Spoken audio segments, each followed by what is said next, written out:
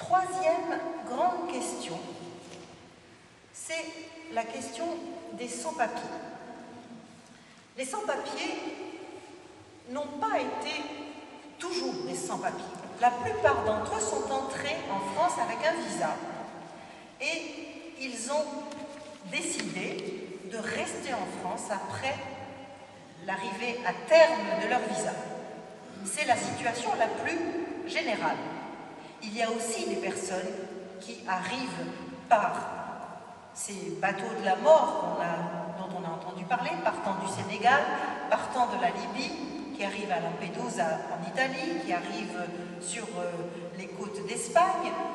Et ceux-là sont plus des personnes qui forcent les frontières.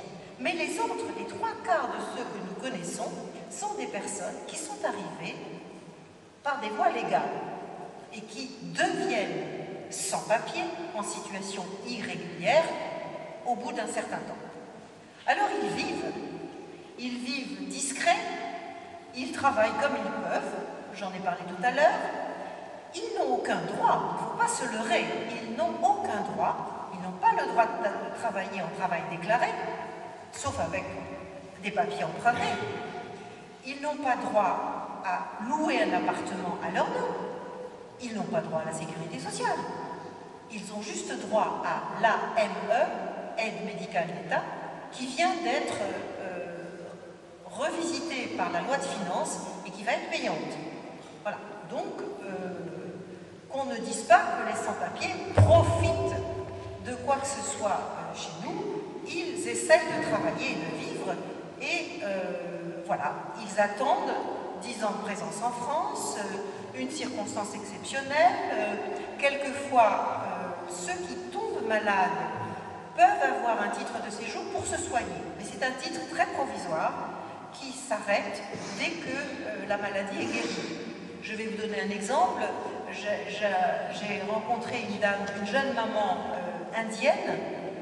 Son mari était en France depuis 10 ans, mais il a été expulsé en Inde. C'était il y a 1 an, en février dernier, 2010.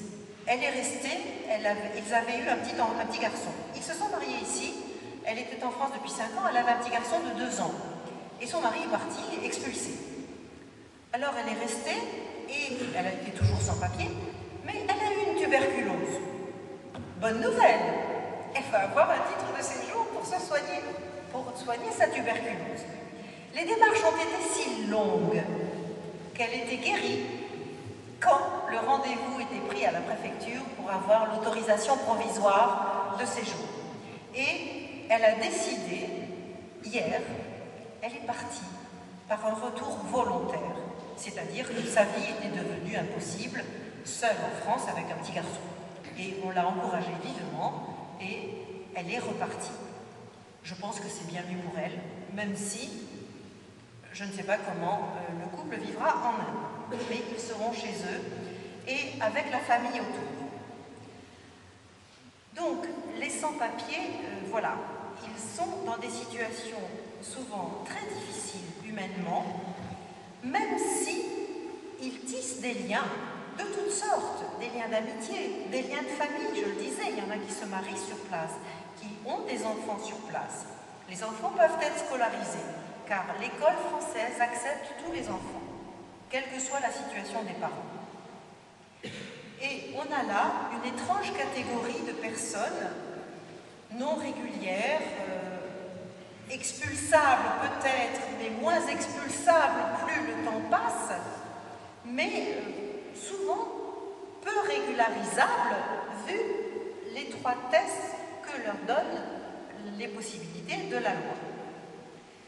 Et en même temps, on sait que c'est leur désir de vivre ici qui les fait, j'allais dire, patienter, attendre, espérer contre toute espérance.